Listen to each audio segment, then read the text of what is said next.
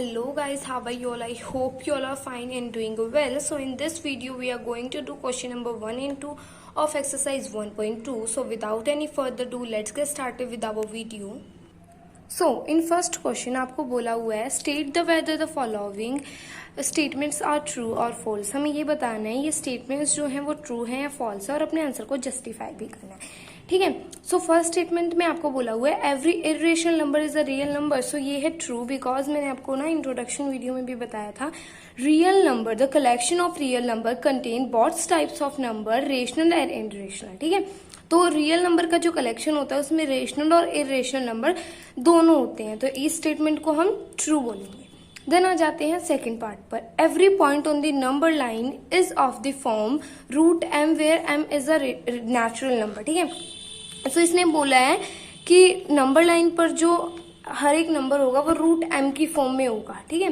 Root M की form में होगा और उसका जो सॉल्यूशन आएगा वो हमारा नेचुरल नंबर में आना चाहिए. ठीक है. तो जो पहली बात तो नंबर लाइन पर रूट का नंबर कभी शो ही नहीं होगा और अगर होगा भी तो इसमें बोला है नेचुरल नंबर. नंबर लाइन तो कंटेन करती है ना, नेचुरल नंबर तो कंटेन करती है बट उसमें माइनस में भी नंबर होते हैं.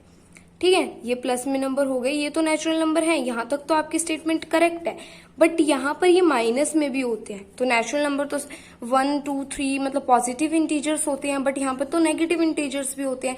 तो इसको हम फॉल्स बोलेंगे because number line contain both types of number natural integers and negative integers. मतलब पॉजिटिव इंटीजर्स भी कंटेन करती है वो और नेगेटिव इंटीजर्स भी कंटेन करती है. तो नेचुरल नंबर कंटेन तो करती है बट एवरी नंबर बोला उसने, मतलब हर एक नंबर नेचुरल नंबर होता है. तो नंबर लाइन पे पॉजिटिव इंटीजर्स भी होते हैं और नेगेटिव इंटीजर्स भी होते हैं. जो पॉजिटिव इंटीजर्स होंगे वो तो हम बोल सकते हैं कि नेचुरल नंबर है बट नेगेटिव इंटीजर्स हमारे नेचुरल नंबर नहीं होते. ठीक है. देन इसको हम बोलेंगे false. Then third part every real number is a irrational number. देखिए रियल नंबर रेशनल और irrational number both types of number को कंटेन करते हैं. ठीक है. तो मैं यहाँ पर एक 2 एग्जाम्पल ले लेती हूँ. इसको मैं ये बोल सकती हूँ ये रियल नंबर है बट ये इरेशनल है. इसको मैं p अपॉन क्यू की फॉर्म में लिख सकती हूँ ना 2 अपॉन 1 2 अपॉन 2. सो ये इरेशनल तो नहीं है, मतलब ये रियल नंबर तो है बट इरेशनल नहीं है. ठीक है. तो ये स्टेटमेंट भी आपकी फॉल्स हो जाएगी. अब मैं यहाँ पर 2 की बजाय मैं यहाँ पर 3 भी ले सकती थी. 3 को भी हम p अपॉन क्यू की फॉर्म में लिख सकते हैं. ठीक है. सो इसमें ये कोई बात नहीं होती कि आपका 3 ले लो 4 ले लो 2 ले लो. मैंने बस आपको कॉमन एग्जांपल्स दिए हैं. बस वो आपको ये देखना होता है कि इसको हम p अपॉन क्यू की फॉर्म में लिख सकते हैं या फिर नहीं लिख सकते. लिख सकते हैं तो ये स्टेटमेंट फॉल्स हो जाएगी. अगर नहीं लिख सकते तो ट्रू हो जाएगी. तो ये बेसिक बात है. 2 को हम p अपॉन क्यू की फॉर्म में लिख सकते हैं.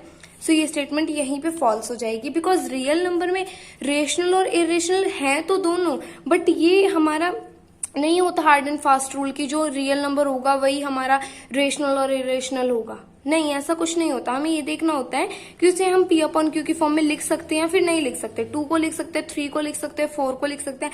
मैंने आपको बस एक कॉमन एग्जांपल दिया है. ये आपको खुद देखना है आप p अपॉन क्यू की फॉर्म में लिख सकते हो या फिर नहीं लिख सकते. Now coming to the second question.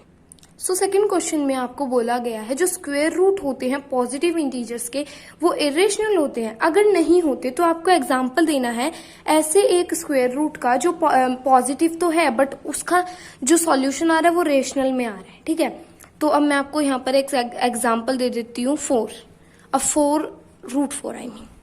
तो अब इसे सॉल्यूशन होगा जो इसका इसे कैसे सॉल्व करेंगे. 2 इंटू 2 इसका पेयर बन गया एंड 2 हमारा सॉल्यूशन आ गया. तो ये इरेशनल नंबर है या फिर रेशनल नंबर है. 2 इज अ रेशनल नंबर.